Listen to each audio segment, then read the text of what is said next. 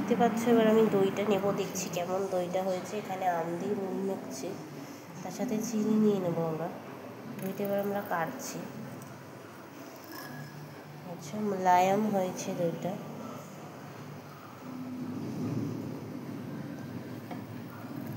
একদম দেখতে পাচ্ছ খুবই সফট হয়েছে। তোকে আমি সরতে বলেছি, সরে যা, সরে যা, সরে যা, সরে যাও।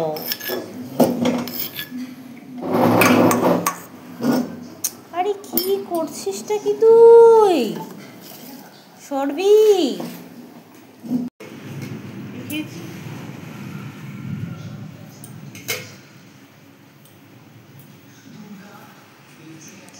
হাই গাইস, আমি দই বানিয়েছি, দেখতে পাচ্ছ দইটা কেমন হয়েছে।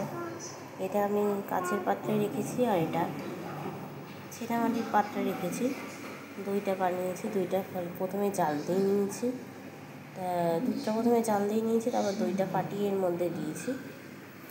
তোমরা বলো দেখে কোনটা বেশি ভালো হয়েছে, এই দইটা না এই দইটা? নাকি জামা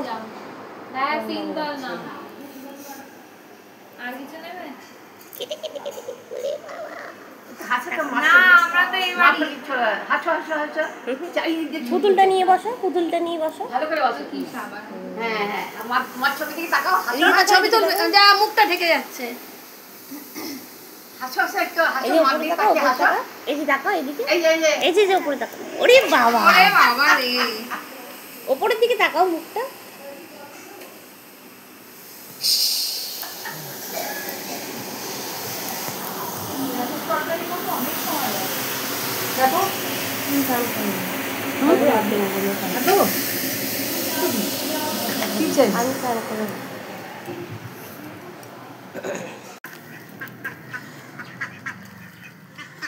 ওই দেখো দেখো দেখো দেখো, এই ওইদিকে যেতে পারবি না।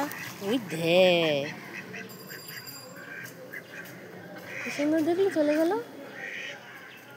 নিম পাতা ছিঁড়া যাবে? এই এই এইদিকে দাঁড়া, উড়ে যাবি। হ্যালো গাইস, কেমন আছো তোমরা?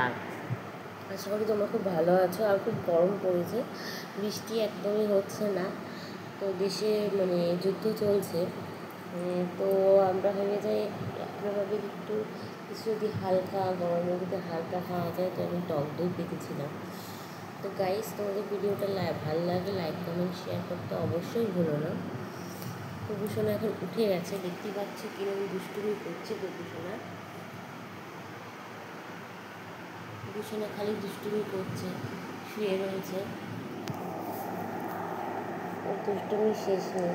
তোমাদের ভিডিও আমি এখন দিতে পারছি না, যেহেতু আমি সবসময় বাড়িতে থাকি, বাইরে জায়গায় বেরোনো হয় না। তো তোমরা, আমি চেষ্টা করছি ভিডিও আপলোড করার।